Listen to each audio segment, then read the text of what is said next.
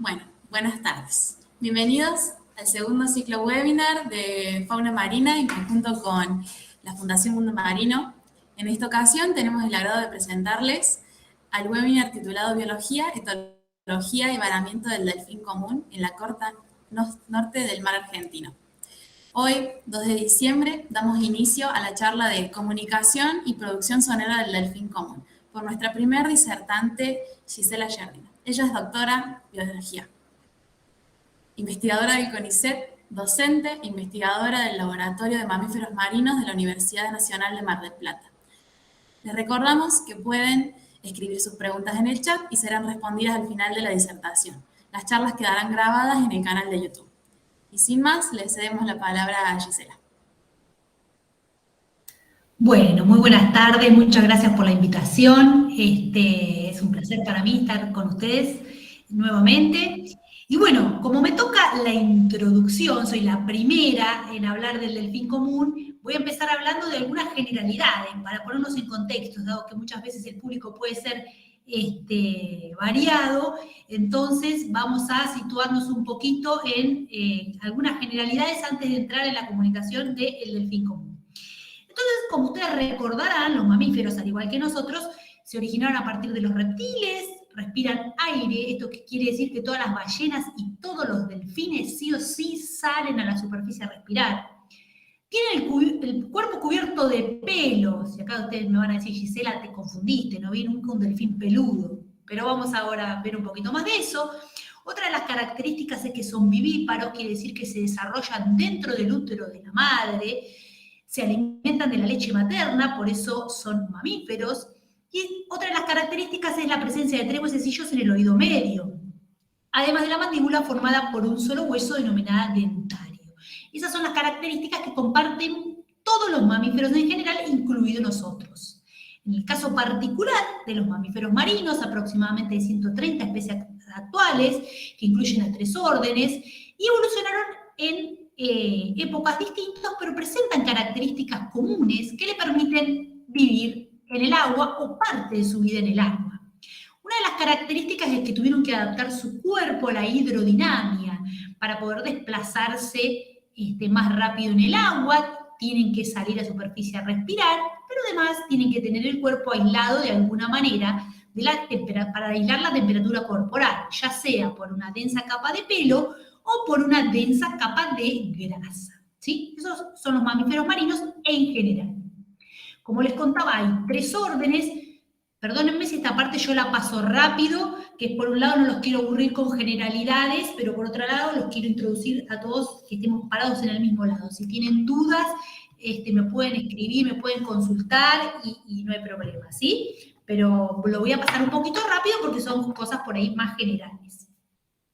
Dentro de los 3 órdenes tenemos el Cetarteodáctila, que incluye los delfines, ballenas y los sifios, por ejemplo, el orden Sirenia, que son manatíes y dugones, que no tenemos en nuestro país, el orden Carnívora, que incluye los lobos marinos, las focas, las morsas, que las morsas acá tampoco tenemos, nutrias y osos polares, que por supuesto tampoco tenemos osos polares por acá. Si quieren ver más de esta clasificación, les recomiendo entrar a la página de la Marine Mammal Science, donde está la última clasificación con la última taxonomía disponible. Bien, para resumir, nosotros en general los dividimos en 5 grupos y hoy vamos a hablar en particular de un cetáceo, que es el delfín común. Pero antes de entrar en el delfín común, dijimos que todos estos cetáceos tienen el cuerpo hidrodinámico, por lo tanto en la evolución perdieron el pelo secundariamente, ¿sí? Como una adaptación a vivir en este ambiente marino. Pero si uno prestara atención a un delfín recién nacido, un neonato, puede observar que a la altura del hocico, no sé si alcanzan a ver, por acá, tienen esos vestigios de los pelos, ¿sí? O sea que nos da una idea que tuvo pelos, pero en alguna parte de la evolución los perdió para adaptarse a esta hidrodinamia de vivir en el medio acuático. Otra de las características de los delfines y las ballenas es la presencia de nuevas aletas, ¿sí? Estas aletas son la aleta dorsal y la aleta caudal, que son aletas que no tienen huesos. Si ustedes pueden observar el esqueleto de un odontoceto, van a ver que los miembros superiores, o sea, lo lo que serían nuestras manos, las aletas, por dentro son muy parecidas a una mano, ¿sí? Con la diferencia que tienen los huesos más acortados y achatados. Sin embargo, si ustedes prestan atención al esqueleto, van a ver que ni la cola ni la aleta dorsal poseen ningún tipo de huesos. Esos tienen únicamente con cartílago. Para desplazarse lo hacen con la aleta caudal, con la cola. La cola es la que le da el impulso, por eso los cetáceos tienen un gran desarrollo de la musculatura dorso-ventral, ¿sí? Otra de las características que tienen los cetáceos odontocetos particularmente es que han desarrollado lo que se denomina la telescopización del cráneo. Esto es un alargamiento, imagínense que a nosotros nos agarran el hocico y la nariz, nos tiran el hocico para adelante y la nariz para arriba, y eso es lo que sucedió. Los nasales están ubicados en la parte superior de la cabeza como una adaptación a salir a la superficie y hacer el intercambio gaseoso, respirar, de una manera más eficiente. Como yo les cuento a los chicos en el colegio, si uno tiene que dar la cabeza, como nosotros, que ponemos la cabeza para el costado para respirar cada vez que nadamos, esto no sería ventajoso para un animal que pasa toda su vida dentro del agua, ¿sí?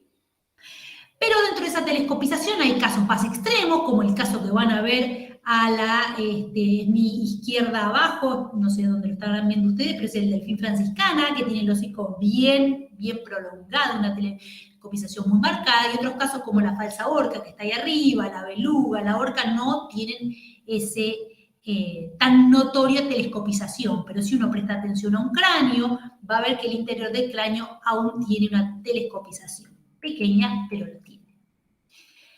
¿Qué sucede con las orejas? ¿Son sordos los delfines? No, pues no son sordos, han perdido el pabellón auditivo como una adaptación también a la hidrodinamia, pero sí tienen muy buen oído. Vamos ahora a hablar un poquito más en detalle que todos los comportamientos biológicamente importantes dependen del sonido. Otra de las características que tienen estos cetáceos es la presencia de una densa capa de grasa que los protege de la temperatura, los aísla del medio, justamente los ayuda a aislar la temperatura corporal y además muchas veces sirve como almacenamiento de energía. Ahí se puede ver en un corte transversal la capa de grasa de un delfín. Ahí tenemos otro corte, ese es un corte atrás de la aleta dorsal para que ustedes observen ahí con la escala el grosor que tiene la capa de grasa. Y en el caso de las ballenas, fíjense que puede ser muchísimo más. Una de las características que tienen los cetáceos es que se alimentan principalmente de peces, en el caso de los delfines, peces, calamares, en el caso de las ballenas pueden alimentarse de especies mucho más pequeñitas, pero todos tienen una reproducción en el agua, viven toda su vida en el agua, y en el caso particular que vamos a hablar hoy de los odontocetos, tienen estructuras sociales muy complejas, que están denominadas en general por matriarcado. El caso más famoso es el de la orca, donde la orca abuela domina lo que se denomina el pod o clan social, y se mantienen con las hijas hermanas juntas casi toda la vida. Y no es el tema de hoy hablar de orcas, pero ya que está les adelanto que además tienen dialectos. Entre los distintos grupos tienen distintos dialectos y dialectos muy particulares. Y los que se intercambian entre estos clanes son los machos. Los machos son los que se encargan de pasar el flujo génico y son los que se abandonan e intercambian el grupo para reproducirse, ¿sí? Pero hay distintos tipos de reproducción, de sistemas promiscuos y de poliginia, de competencia incluso espermática. También muchas veces, en general en los delfines, la hembra copula con más de un macho y no, como que no le dice, ¿no?, quién es el padre para que todos terminen cuidando a esa hembra y se arma muchas veces copulan únicamente para generar lazos más fuertes entre estos delfines. La gestación puede durar más o menos un año, hay casos que duran un poquito más y en general nacen de cola, salvo excepciones que nacen al revés, pero en general nacen de cola. Lo último que sale es el orificio respiratorio donde la madre acompaña al cachorro a la superficie, ¿sí? Bien, y el amamantamiento, una de las diferencias es que la leche es mucho más densa, el cachorro golpetea las glándulas mamarias y de ahí obtiene la leche de la cual se alimenta. periodo de lactancia también es variable, puede ir de 1, 2, 3 años, dependiendo de las especies. Pero bueno, como verán, las mamás de delfines tienen mucho trabajo, mucho tiempo gestando, bastante tiempo dándole la leche al cachorro, y en general, dependiendo de las especies, no todas se reproducen todos los años, sino que se reproducen cada 2, 3 años, también dependiendo de las especies. Pero bueno, no me voy a meter en el tema de reproducción, porque hoy a mí el tema de reproducción no me toca.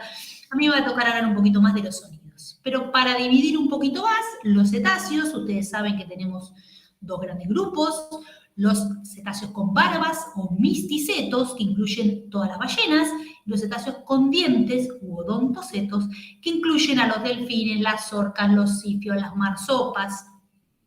Y dentro de esas características, además de que las ballenas tienen barbas y los delfines tienen dientes, a simple vista, o sea, externamente, las ballenas presentan 2 orificios respiratorios y los odontocetos presentan 1. Si uno mira el cráneo de los dos tiene los 2 orificios, pero por fuera, en un odontoceto, se observa solo un orificio respiratorio, mientras que en las ballenas se observan 2. Bien, vamos a irnos más acercando a nuestro delfín común, que el delfín común es un odontoceto. Los odontocetos incluyen todas las familias de los delfines, como les dije, las marsopas, los cachalotes y los sifios, que son ejemplares mucho más raros, porque son ejemplares oceánicos, y de los que se sabe realmente bastante menos. Los odontocetos tienen formas muy variables, la mayoría tiene aleta dorsal, hay excepciones como el caso del delfín liso, tienen cráneos en general asimétricos, con un hocico bastante pronunciado y dientes cónicos. Una de las características que en general son muy sociales y que hay más de 30 especies en todo el mundo. Como ya les adelanté, viven en grupos llamados podo o manadas. Ahí van a ver algunas formas distintas, van a ver arriba el delfín de rizo, la tonina overa, el delfín oscuro, el delfín nariz de botella, y por otro lado quise poner un delfín común, pero ahora que lo miro es un... Sí, está bien, es un delfín común. Bien, pero todos estos odontocetos dependen, en general todos los mamíferos marinos, pero en particular los cetáceos, dependen del sonido para todos los procesos biológicamente importantes. Reproducirse, alimentarse, orientarse. Pero, ¿cómo producen ese sonido? En el caso particular de los odontocetos, producen el sonido no como nosotros, no tienen cuerdas vocales, sino que tienen una serie de sacos que están interconectados, que se llaman sacos nasales. Estos sacos nasales están conectados con los pulmones, por donde pasa el aire. Ese aire pasa a través de los sacos nasales y toca 2 órganos que ahí van a ver que se llaman monkey lips, esos que están en rojo. Bueno, el aire pasa por ahí, para que ustedes se lo imaginen, es como cuando hacen pasar por un globo y aprietan y hacen algo así. Bueno, es algo así el sonido. Producen 2 tipos de sonido. Hay un sonido que va para adelante, uno de los sacos aéreos emite el sonido hacia el melón. El melón es un órgano graso que está ubicado en la parte delantera de los odontocetos, cerca de la frente, que es rico en ácidos isovaléricos y que tiene una propiedad de ser amplificador del sonido. Por eso, cuando emiten sonidos de ecolocalización, son sonidos muy direccionales. Hay un caso muy famoso que se lo tendría que haber puesto, o el ejemplo de, si vieron la película de Dory, como la beluga mueve la zona del melón cuando se comunica, y eso es bastante impresionante de ver en las belugas, ¿no? Cómo se mueve la zona del melón direccionando la producción del sonido. Pero además de producir estos sonidos, bueno, además de producir los sonidos de ecolocalización, que son señales en pulso, ¿sí? Que son pulsos breves, de alta intensidad y además de alta frecuencia. Estos sirven para alimentarse, para navegar, y hay algunas especies como la franciscana que solo producen señales pulsadas. Las marsopas también solo producen señales pulsadas. Estas señales pulsadas entonces emiten un sonido que rebota en algún sitio, en el ambiente, en una presa, y regresa ese eco con una información. Por lo tanto, la distancia que tenemos, que el delfín tiene al objeto, ¿sí? Cuanto más cerca está el objeto, la distancia entre un eco y el otro va a ser más cortita. Cuando la distancia del objeto es más lejana, esa distancia entre un pulso y otro pulso va a ser mayor. Pero les voy a contar para qué nos sirve eso. Por además de las señales pulsadas, la mayoría de los odontocetos producen silbidos tonales. Estos tienen una banda más estrecha, con un patrón de frecuencia variable, quiere decir que los otros ahora vamos a ver en el espectrograma que son como palitos. Estos otros son como olitas, porque tienen un patrón de frecuencia variable y en general tienen una función social, de cooperación, de alimentación. Y además se han identificado silbidos firma. ¿Qué son los silbidos firma? Se han identificado, sobre todo en el delfín nariz de botella, que cada delfín tiene su propia forma de silbido. Es como su propio nombre. Entonces se pueden identificar animales particulares a través de estos silbidos firmas. Pero como les contaba, no todos los silbidos firman, no todos, perdón, los delfines silban. Habíamos dicho que las marsopas no silban, los cachalotes tampoco. Producen solamente clics o señales pulsadas. No me voy a meter ahora en cómo es el tema de sonido, porque sería toda una clase aparte, pero para que ustedes más o menos tengan en la mente, el sonido es una onda de presión que viaja a través de un medio. Esto quiere decir que tiene que haber sí o sí un medio para que el sonido viaje. En el vacío no hay ningún tipo de sonido. Y en el agua, el sonido es 4,5 veces más rápido que en el aire. Entonces, ¿qué hacemos los biólogos? Ponemos un micrófono dentro del agua y ese micrófono transforma una señal que es analógica a digital porque está conectada a una computadora, una grabadora, y nosotros lo vemos en el espectrograma. ¿Qué es eso esos gráficos que les estoy mostrando ahí? Esos gráficos que se ven ahí son espectrogramas y así es como se analizan los sonidos. ¿Qué es lo que están viendo? La representación de la frecuencia, ¿sí?, sobre el tiempo. La frecuencia es cuántas veces por unidad, cuántos ciclos por unidad de tiempo emite ese sonido, ¿sí? Pero bueno, no me voy a meter en física, pero para que ustedes tengan más o menos una idea. Entonces, lo que vemos de un lado son las señales pulsadas, que yo les decía que se ven como palitos, son los clics de colocalización. También se pueden usar para socialización en algunos casos, como les contaba, las marsopas y los cachalotes. Y por el otro lado, los silbidos tonales, que tienen una forma de olita, ¿sí? Las frecuencias de los silbidos son mucho menores que las de ecolocalización. En general, las de ecolocalización no llegan a ser audibles para el sonido humano, ya que los humanos podemos escuchar únicamente hasta 20 kHz. Para que ustedes tengan idea, lo vamos a ver ahora, hay especies que producen sonidos de ecolocalización de banda ancha y alta frecuencia. ¿Qué significa? Que en el espectrograma ocupan mucho y tiene una frecuencia alta, como la mayoría de los delfínidos. El delfín común entra en este tipo de delfines que producen banda ancha y frecuencia alta. Los clics son cortitos, fíjense que son 40 milisegundos, ¿sí? Va rapidísimo. Y la mayor energía está concentrada entre los 20 y los 120 kHz. Yo les dije, nosotros escuchamos hasta los 20 kHz, o sea que ni lo llegamos a escuchar. Para esto lo que tenemos, en general, también uno de los mitos, uno piensa que los que trabajamos con bioacústica nos la pasamos escuchando el mar y los delfines. Y la verdad es que vemos más de lo que lo escuchamos. Escuchamos cuando tenemos dudas, pero si no, miramos en el espectrograma y hacemos mucha estadística, por supuesto. Después tenemos los de banda estrecha, ¿sí?, y frecuencia alta, como habíamos dicho, la marsopa, las franciscanas. Y una de las teorías de por qué estas especies producen banda estrecha y frecuencia alta tiene que ver con los predadores. La orca produce señales de banda estrecha y alta frecuencia, como la que hemos visto de esta primero. Entonces, estas especies que son presa de las orcas, o sea, la orca come franciscanas y come marsopas, entonces estas marsopas y estas franciscanas producirían sonidos de una frecuencia más alta para que la orca no le escuche. Además, otra cosa que no les conté, que los sonidos de alta frecuencia recorren distancias cortitas. Los de baja frecuencia recorren distancias enormes.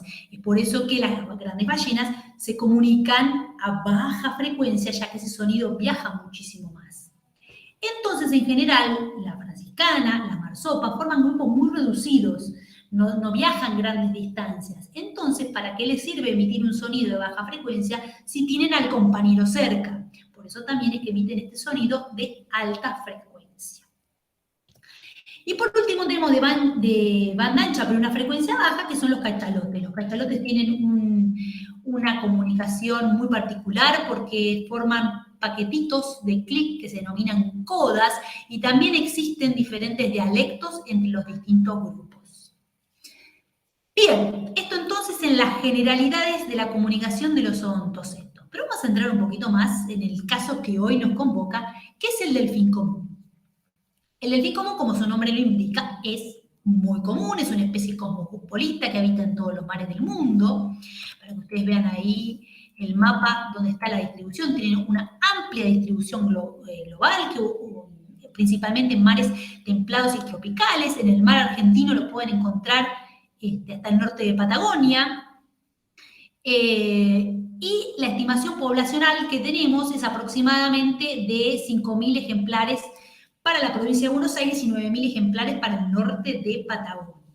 Es muy común, han salido en las redes sociales que esos manadas de delfines que parece el mar que está hirviendo, lo pueden encontrar así de esa manera, sobre todo más cerca de la primavera-verano, a 7 millas de la costa, tanto en Mar del Plata, en Necochea, en Claromecó, Montehermoso. Es muy común la gente que se embarca, la gente que sale a pescar, que se los puede encontrar, ¿sí? Pero bueno, hay que embarcarse, no son costeros como el delfín franciscana, que uno puede estar sentado en la costa y atrás de la rompiente puede tener la suerte de ver un delfín franciscana. Esta especie entonces es muy, muy social. Acá la tenemos. En general no son animales muy grandes, no superan los 2,7 metros de longitud y los 150 kilogramos de peso. Y a ver si los puedo hacer sonar, si lo escuchan. A ver ahí. No se escucha nada, ¿no?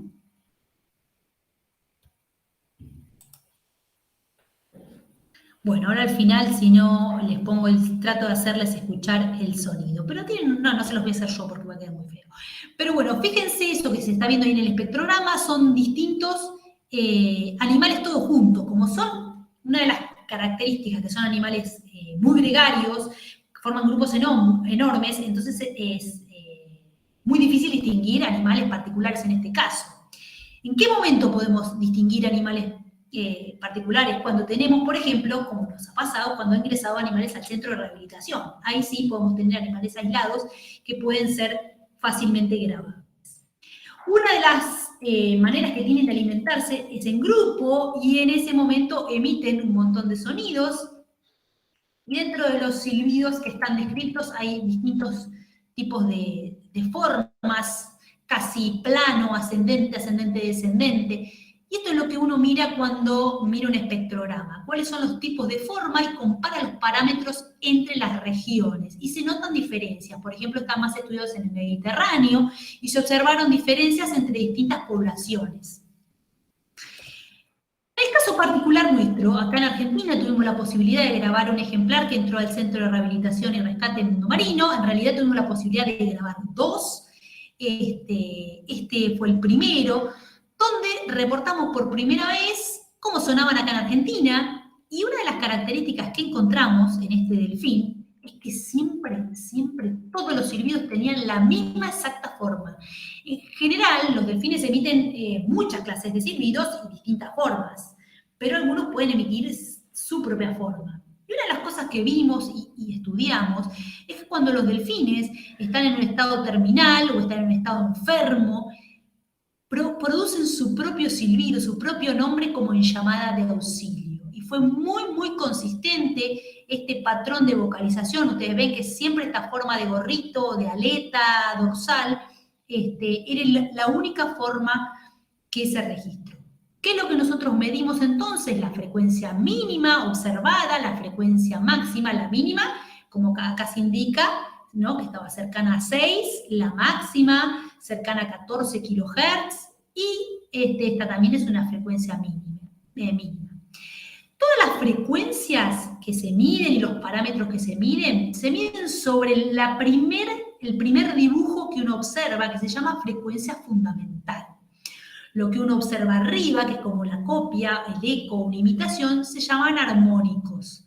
¿sí? Entonces uno cuando tiene un sonido tonal puede tener la frecuencia fundamental y sus correspondientes armónicos, que son de intensidad menor, es como si fuera un eco, ¿sí? De la señal original. Así que todos los parámetros se toman sobre la frecuencia fundamental.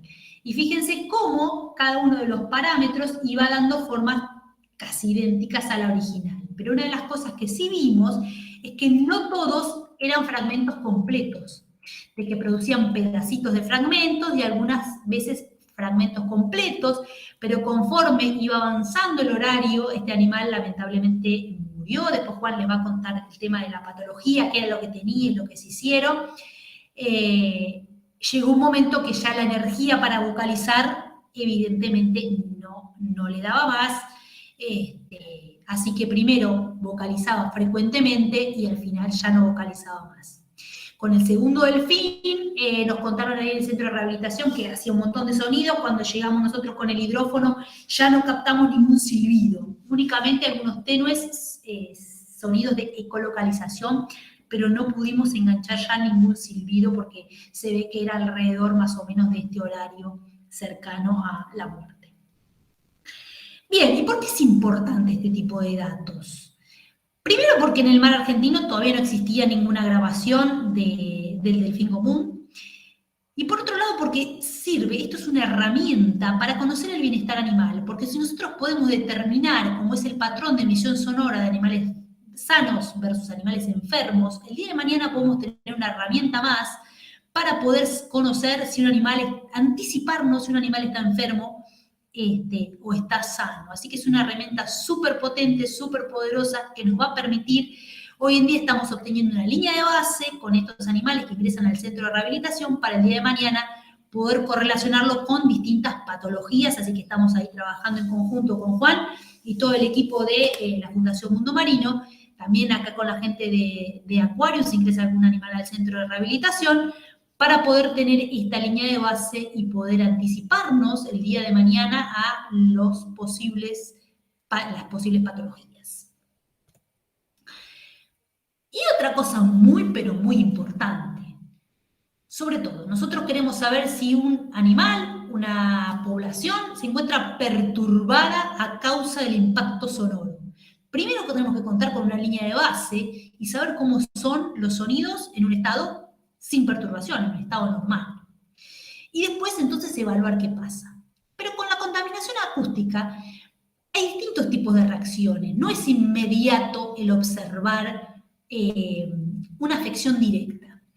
Tenemos distintos tipos de respuestas. Una respuesta de tipo estrés, de tipo fisiológica, ¿sí? Imagínense ustedes que estuvieron en el boliche o en un recital con la música a todo volumen, salen un poco aturdidos por haber estado con la música un montón de tiempo.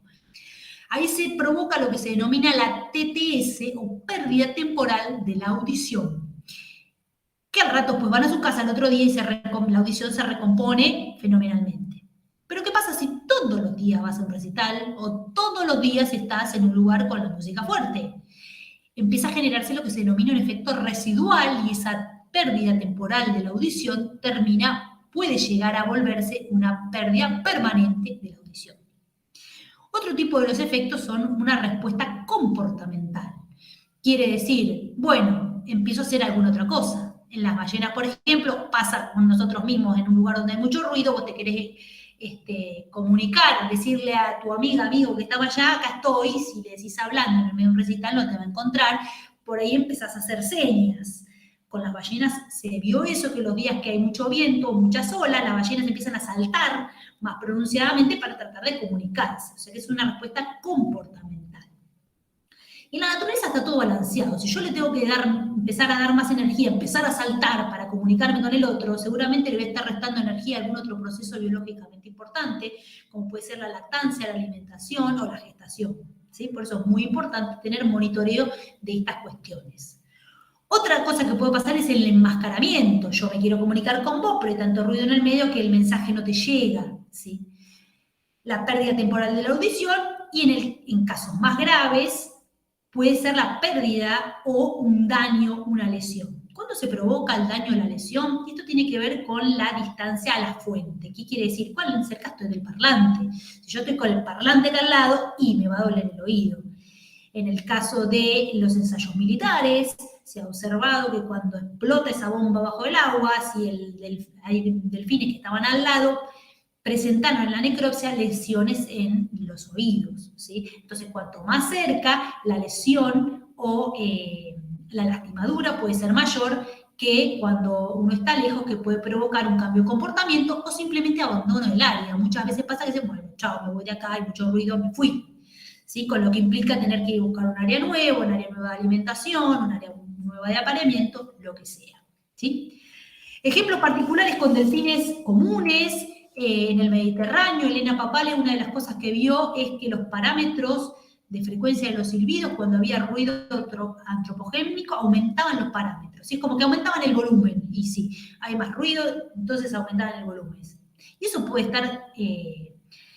estar provocando que tengan que desarrollar una energía mayor. ¿Y cuál es el problema? Si fue un rato, bueno, no pasa nada. El problema es si ese ruido antropogénico es sostenible en el tiempo, se mantiene todo el tiempo y hace que los animales tengan que cambiar permanentemente su vocalización.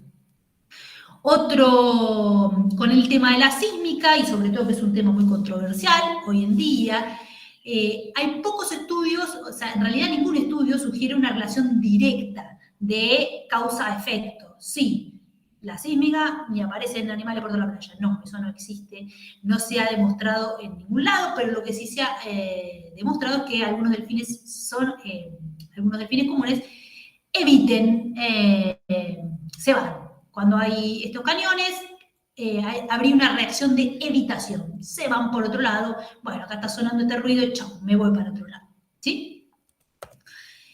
Después, en el caso de otro delfín, el delfín oscuro, vieron que los buques, el ruido del tráfico naviero, que hoy en día realmente es uno de los más preocupantes ruidos antropogénicos a nivel mundial, es el tráfico marítimo.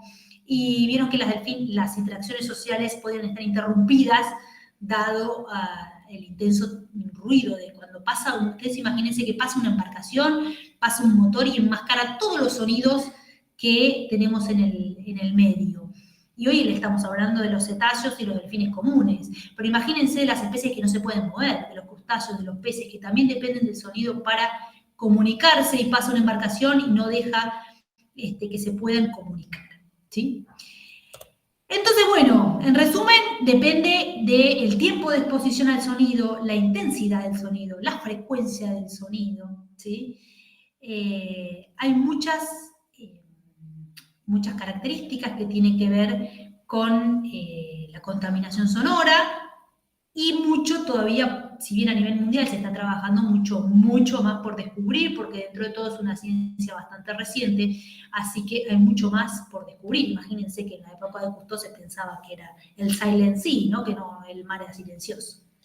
¿Qué podemos hacer entonces de manera realista para poder mitigar el impacto? Tratar de entender, estudiar cada vez más, seguir estudiando y tratar de entender qué impacto se está causando.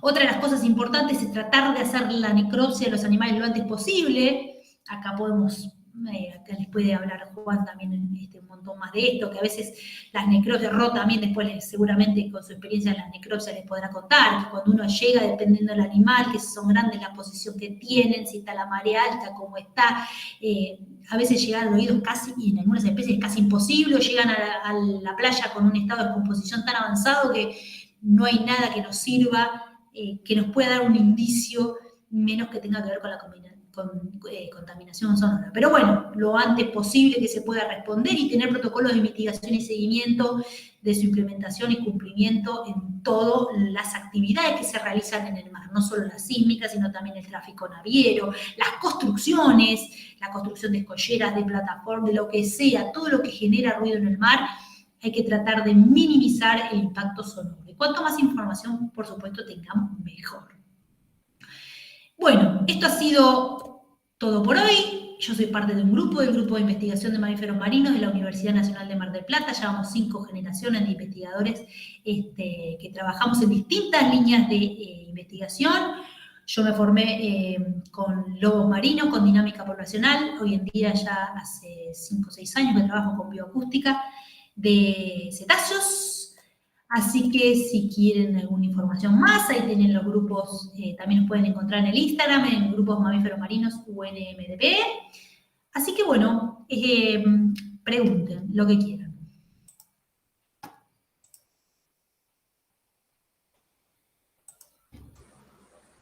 Bueno,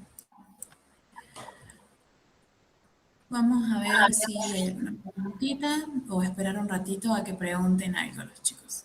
Bueno, por ahí fui muy rápido, a veces hablo muy rápido, a veces no sé con qué público cuento, así que cuánto los aburro o con, esto ya lo vimos, o cuánto, uy, sí, quiero saber más. Así que si quieren saber más de algún tema, de lo que sea, me pueden escribir, me pueden encontrar en el Twitter también, y podemos ampliar los temas que quieran. Imagínense que damos una materia entera, todo un cuatrimestre de mamíferos marinos, así que temas para abordar hay un montón. Y con el tema de la acústica también, hay muchísimo por meterse y enunciar en esa temática.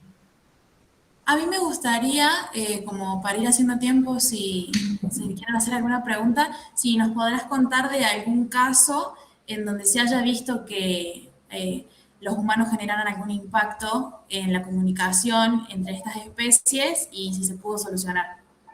Sí, un caso muy, muy conocido es en la ballena franca del norte, la ballena franca austral del norte, que está en estado muy vulnerable de conservación, ¿sí? Está muy mal y uno de los grandes problemas, o sea, tiene de todo tipo de problemas, colisiones, no sé si ahí me escuchan, ¿se cortó?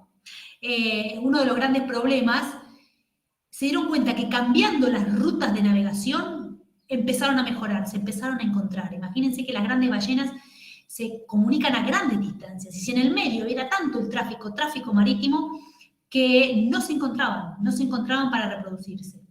Entonces, corrieron un poco las rutas de navegación y empezaron a mejorar un poquito. Todavía están lejos de los niveles ideales, pero bueno, son cosas que se pueden empezar a hacer. A nivel mundial se está trabajando mucho con la ingeniería naval, sobre todo para tratar de hacer motores lo más silencioso posible. Y obviamente todo eso también lleva un costo, pero bueno, se está trabajando mucho en esa línea, ¿no? Tratar de reducir y minimizar los impactos sonoros. Pero un caso concreto y que conozco es el de la ballena franca del norte. Perfecto. Les quería mostrar esta página que está acá, que se la súper recomiendo, se llama Voices in the Sea, que es de acá de donde había sacado el sonido. Vamos a ver si se los hago escuchar en Toot Whales, Common Dolphin. Estamos acá. A ver si lo podemos escuchar. Si lo quieren, se lo bajan de ringtone y todo.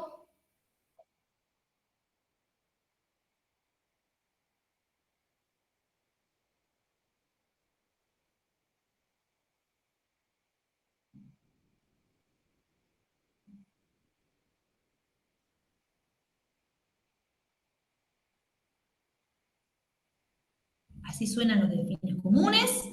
Esos no son los de acá, pero bueno, imagino que acá sonarán parecidos. Ya vamos a estar trayéndoles sonidos de los delfines comunes del mar argentino en breve no más. Qué divino.